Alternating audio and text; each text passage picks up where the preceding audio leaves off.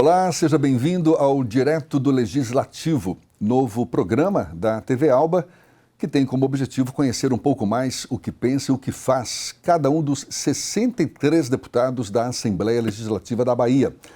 Nosso primeiro convidado é o deputado Rosenberg Pinto, do PT, líder do governo na Assembleia, a quem já dou as nossas boas-vindas. O nosso muito obrigado também por aceitar o nosso convite. Tudo bom, deputado? Prazer tê-lo aqui conosco. Prazer meu, Jefferson. Eu quero parabenizar o trabalho da TV Alba e nessa parceria também com o Jornal à Tarde, dizer que é um programa que vai fazer com que os pensadores dessa casa, se podemos dizer assim, poderão transferir suas opiniões para os baianos, as baianas, que certamente esperam dessa Casa Legislativa ações propositivas.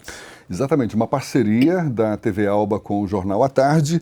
Essas entrevistas todas estarão sendo também reproduzidas no Jornal à Tarde, assim que estaremos afinados com a data exata dessa publicação. Deputado, o senhor é líder do governo na Assembleia desde 2019 e tem, portanto, um papel mais articulista junto aos seus pares. Como é que o senhor avalia esse esforço de representar os interesses do governo do Estado, exatamente numa época de pandemia em que grande parte dos deputados não vem atuando de forma presencial na Assembleia? Olha, Jefferson, na realidade, o trabalho do líder de governo e de maioria, ou seja, porque nós aqui representamos também 45 deputados e deputadas que estão mais afinados com a liderança do governador Rui Costa.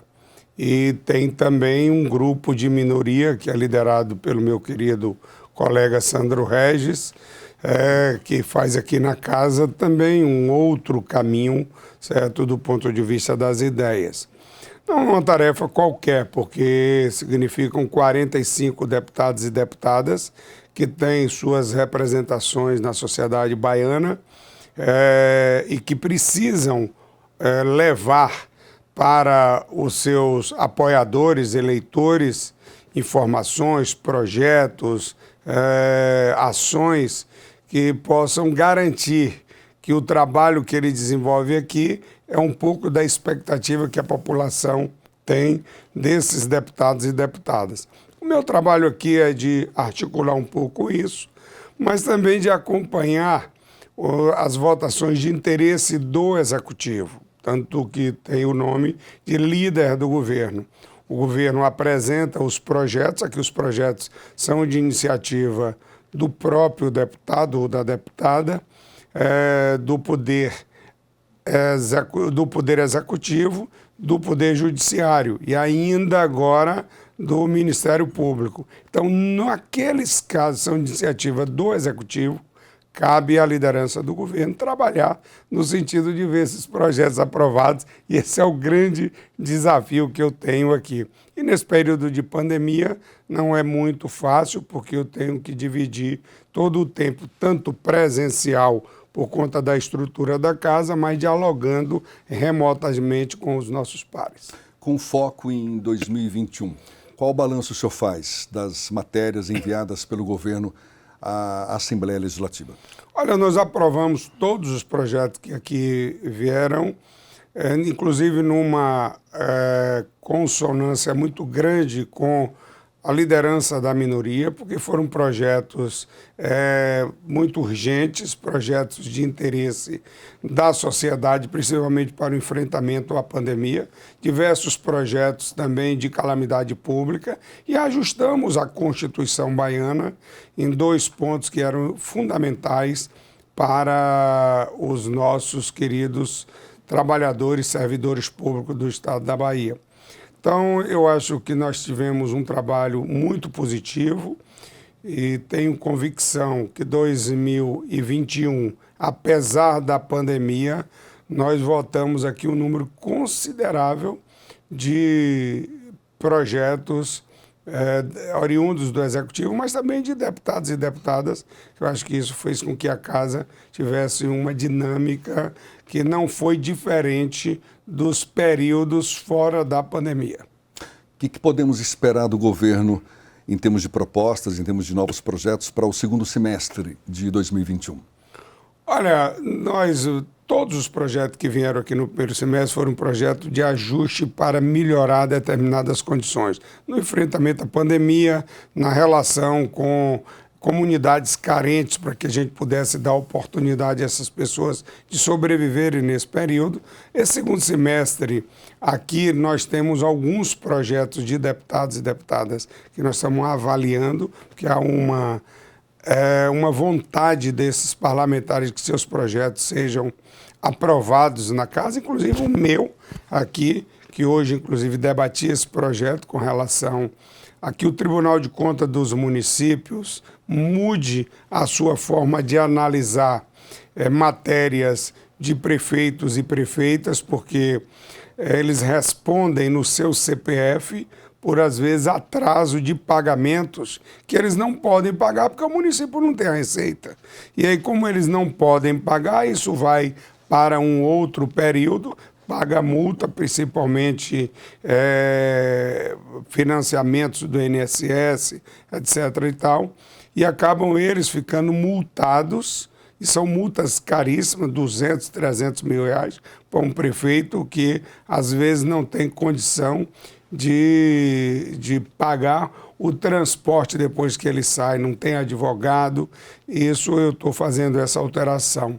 E o Executivo está apresentando para aqui projetos no sentido de garantir um grande investimento na educação e na saúde. São dois pontos frágeis em qualquer sociedade e o governo quer fazer uma revolução na área da educação com reformas estruturais nas escolas, mas também no conteúdo pedagógico e ampliar as policlínicas do estado da Bahia para que a gente possa garantir um atendimento de melhor qualidade para a população.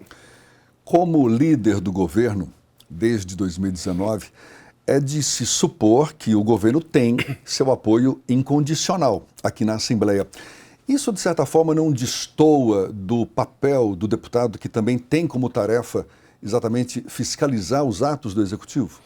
Olha, acho que não, porque é uma tarefa da democracia, do regramento legislativo e executivo. Ou seja, em todo o Estado brasileiro, em todos os estados e também no Congresso Nacional, há essa figura de líder do governo que tem o papel de fazer essa articulação entre o legislativo e o executivo. E várias vezes aqui eu discordei de alguns pontos dos projetos e dialoguei com a Casa Civil do governador no sentido de fazer alterações para que nós pudéssemos votar um projeto de acordo com os interesses dos principais quadros políticos, ou seja, da Assembleia, do interesse da sociedade. Não vejo essa distorção, porque também aqui quem mais fiscaliza o Executivo são os tribunais de contas, que estudam claramente todos os atos financeiros do Executivo e traz para aqui, para a Casa Legislativa. Nesse momento, nós vamos fazer uma análise e, obviamente, aprovar, rejeitar. Graças a Deus, aqui não tem uma conta reprovada de nenhum dos governos que passaram aqui. Provavelmente o governo tem uma equipe que faz o ajuste para garantir que os pagamentos sejam dentro do regramento legislativo e, com isso, as contas são aprovadas pelos tribunais de contas. É natural que, às vezes, há um caso ou outro em que um conselheiro apresenta um voto divergente, mas a maioria, seja dos governos Rui Costa, Jacques Wagner, Paulo Soto, pelo menos do período que eu estou aqui, que votei contas, essas contas foram todas votadas com indicação positiva do Tribunal de Contas do Estado da Bahia. Recentemente, o governo do estado foi criticado pela oposição por conta de um suposto aumento do ICMS sobre os combustíveis. O governo já disse que a história não é bem essa. O que tem de verdade nessa história? Olha, Jefferson, eu sou originário da Petrobras. Trabalhei 33 anos na Petrobras e sou concursado, me aposentei. Então, sei exatamente como funciona.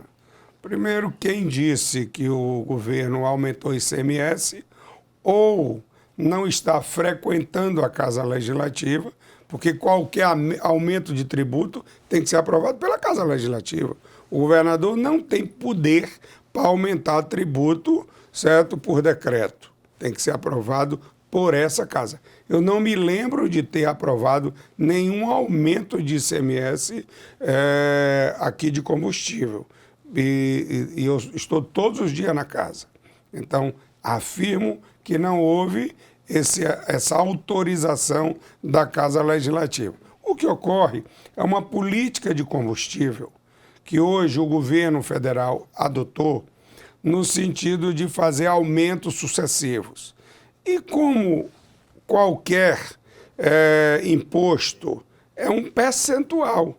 Se o percentual é 10%, 10% de R$ 5,00 é um valor, 10% de R$ 6,00 é um valor um pouco maior. Então, o que acontece é isso. Ou seja, toda vez que aumenta o combustível, aumenta do consumidor um valor que é distribuído para a empresa e distribuído como tributo. Mas aumentar, eu desconheço isso, acho que é uma colocação fantasiosa, não sei quem é que está falando pelo parlamento sobre isso. Se é algum parlamentar, é certamente por desconhecimento, porque aqui na casa nós não aprovamos. O Jair Bolsonaro, o presidente da República, adotou uma medida muito cruel para a Petrobras, com aumento sucessivo dos seus derivados e uma política de redução de produção. O que nós estamos aqui, que está acontecendo, é que nós estamos importando derivados.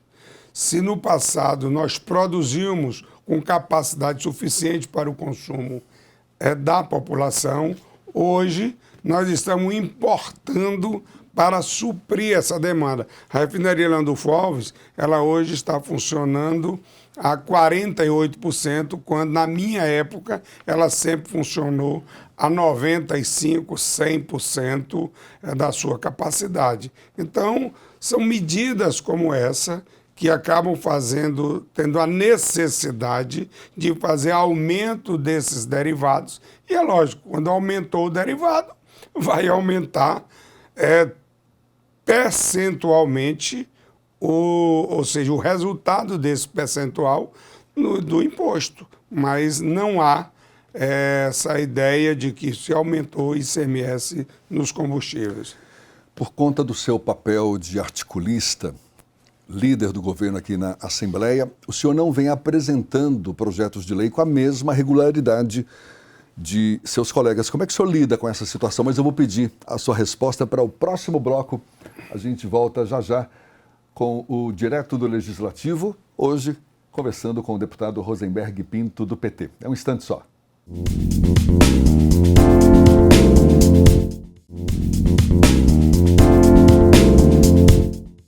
Estamos de volta com o Direto do Legislativo, novo programa da TV Alba, com o objetivo de conhecer mais o que pensa, o que faz cada um dos deputados da Assembleia Legislativa.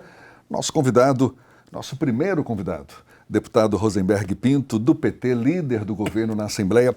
O senhor se ressente pelo fato de, na condição de líder, não ter tanto espaço ou tanta oportunidade, já que a articulação política acaba sendo mais exigida, digamos assim, para apresentar projetos próprios? Olha, não, Jefferson. Na realidade, eu tenho uma seguinte tese.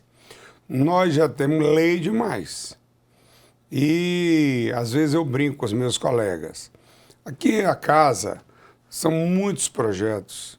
Projetos de datas celebrativas. É importante, mas não é isso que muda a vida das pessoas. A Constituição de 88 trouxe um problema e uma solução. Trouxe um problema para os deputados estaduais, porque retirou das câmaras legislativas estaduais o papel de algumas atividades. Quem regula transporte coletivo é a Câmara de Vereadores. Quem regula, certo, profissão é a Câmara Federal. E foi tirando papéis, então hoje as câmaras estaduais elas estão muito, ou seja, com um papel muito pequeno em relação às câmaras municipais e a Câmara Federal do ponto de vista de legislação. Aqui a gente aprecia muitos projetos do Executivo, projetos do Judiciário, que tem que passar pela Casa, e nós, deputados aqui, apresentamos muito poucos projetos, até porque a legislação, a Constituição, ela não permite que o deputado apresente um projeto que gere custo para o Executivo. Então, qual é o projeto que não gera custo?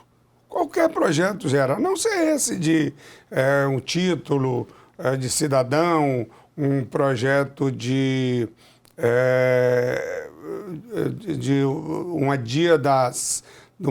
um dia representativo por uma determinada temática, uma semana sobre alguma coisa. Então, eu acho que isso, a partir da Constituição, houve um empobrecimento para as câmaras legislativas estaduais. Mas a legislação exige que tenha essa Câmara, porque realmente precisa para acompanhar as ações do Executivo e do Poder Judiciário. Eu não acho que, para mim, eu diminui bastante a apresentação desses projetos.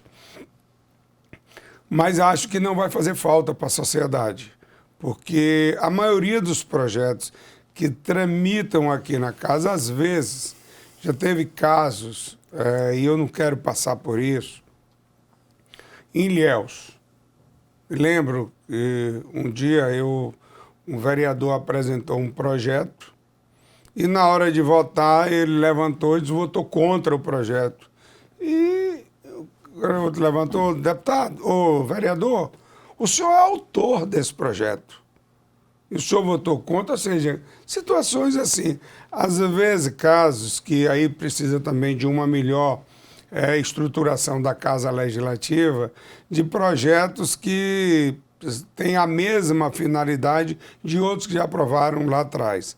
Alguns títulos que nós aprovamos aqui, que sequer o homenageado veio buscar o título que nós aprovamos. Então, é necessário que a gente enxergue a Casa Legislativa de uma forma diferente, com o seu papel, que a Constituição de 88 nos colocou, reduzir um pouco esse papel, mas ela tem um caráter importante para a sociedade daquele Estado, no nosso caso aqui, a sociedade baiana, e não é isso, na minha opinião, que a sociedade espera de um parlamentar.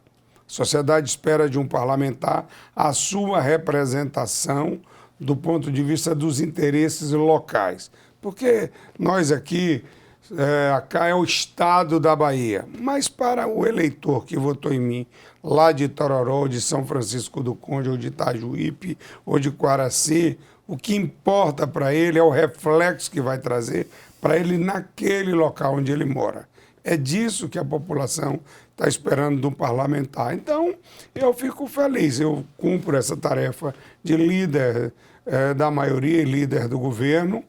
Para mim, faço com muita honradez, para mim foi Eu agradeço sempre ao governador de ter me escolhido e dos meus pares também, pelo fato de ser líder da maioria, e não vejo nenhum problema com relação à quantidade de projetos. Vocês da imprensa, às vezes, levam muito em consideração quantidade de falas dos parlamentares no púlpito, quantas vezes o parlamentar falou, quantos projetos apresentou. Não acho que isso é que você consegue validar a importância ou não do parlamentar. Tem parlamentar que nunca apresentou um projeto, mas é de uma importância para a Casa Legislativa inimaginável, pelo seu papel, certo, de ser essa ferramenta entre a população, o Executivo e o Poder Legislativo. Deputado, o senhor é filiado ao PT desde 1981, já está em seu terceiro mandato. O que o motiva a permanecer durante tanto tempo no partido e qual a importância da legenda do PT para a discussão de temas de interesse dos baianos? Olha, Jefferson, o PT trouxe uma pauta que ela estava muito fora de órbita no passado, que era a pauta social. Então, nós trouxemos a pauta social e começamos ela de uma forma mais geral no país, a partir de 2003, com o ex-presidente Lula, para garantir uma melhor distribuição de renda, uma renda mínima para que pudesse dar oportunidade dessa população que estava muitas vezes abaixo da linha da pobreza ter pelo menos perspectiva de vida nesse sentido. Acertamos muito nessa pauta social, mas também erramos em outras pautas, ou seja, nós às vezes nos fechamos muito nas nossas ideias originárias e o mundo muda, então nós também temos que mudar junto com a sociedade. O que me faz permanecer no PT é que é um partido que não tem dono, ou seja, ninguém pode chegar e fechar o diretório aonde eu sou filiado, certo? Quem decide são os filiados internamente o que deve fazer ou não com o Partido dos Trabalhadores naquela localidade. Em outras agremiações, tem uma espécie, eu respeito, não estou aqui fazendo crítica nenhuma, é o modelo da minha, tem o modelo de outro, que às vezes, por motivo A, B, C ou D, é retirado o presidente e colocado outro sem essa decisão da base. Então isso, na minha opinião, é um exercício da democracia. E o que me faz... Eu digo sempre, olha, primeiro eu estou com 65 anos, já não tenho mais idade para mudar de partido. Eu já estou aqui, não tenho mais por que fazer isso. E me sentiria um estranho no ninho, numa outra agremiação.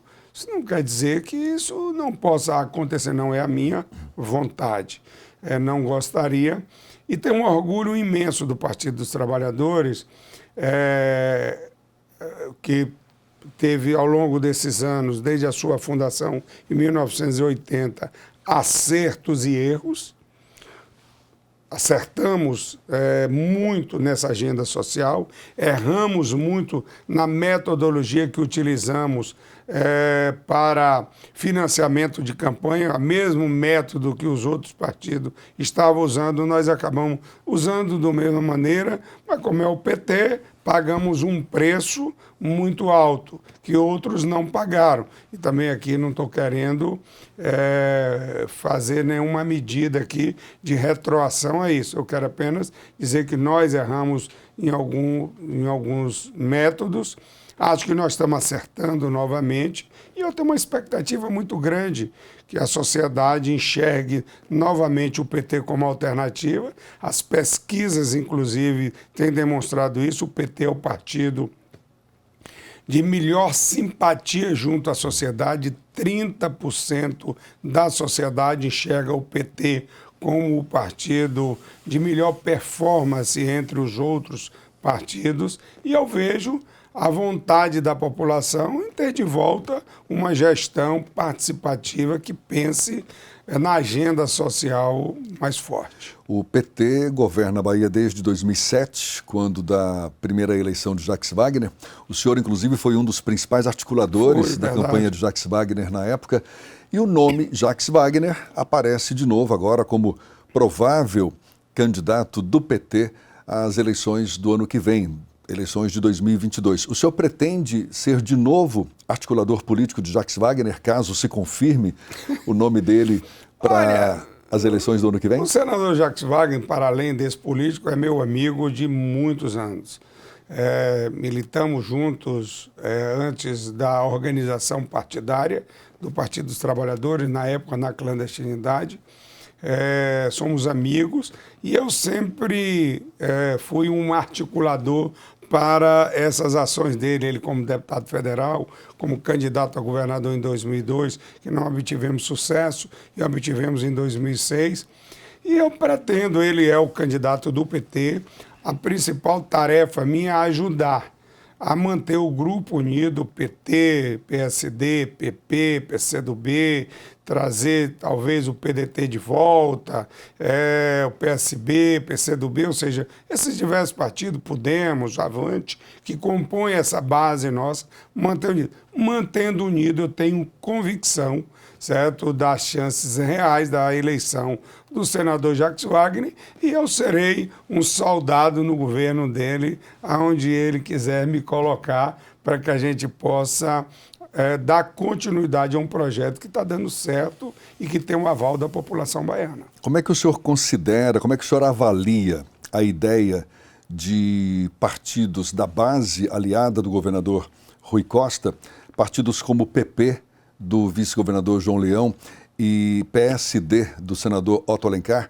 que consideram ter capital político suficiente para pleitear uma cabeça de chapa nas eleições do ano que vem? Com muita naturalidade. É legítimo, eu acho que é legítimo o PSD apresentar um nome para a cabeça de chapa, é legítimo o PCdoB, o PP, os diversos partidos que compõem a base aliada do governador Rui Costa. O que eu acho que nós temos que fazer é fazer uma avaliação no próximo ano, lá para março, qual é o melhor nome que pode cumprir a tarefa de coordenar esse projeto. Mas eu acho legítimo e nós só vamos ganhar o respeito das pessoas se a gente entender que ela também terá a oportunidade de ser aquilo que nós somos. Um negócio que só vale para a gente não é bom. Então, eu acho que na política nós temos que garantir que todas as pessoas tenham oportunidades. Eu vou defender o nome do senador Jacques Wagner pelo fato de ser do PT, mas se lá na frente o melhor nome para coordenar não for do PT, for de um outro partido da base do governo, farei com o mesmo entusiasmo que estou fazendo para o meu partido. Deputado Rosenberg Pinto, muito obrigado pela sua atenção dada aos nossos telespectadores. Até uma próxima.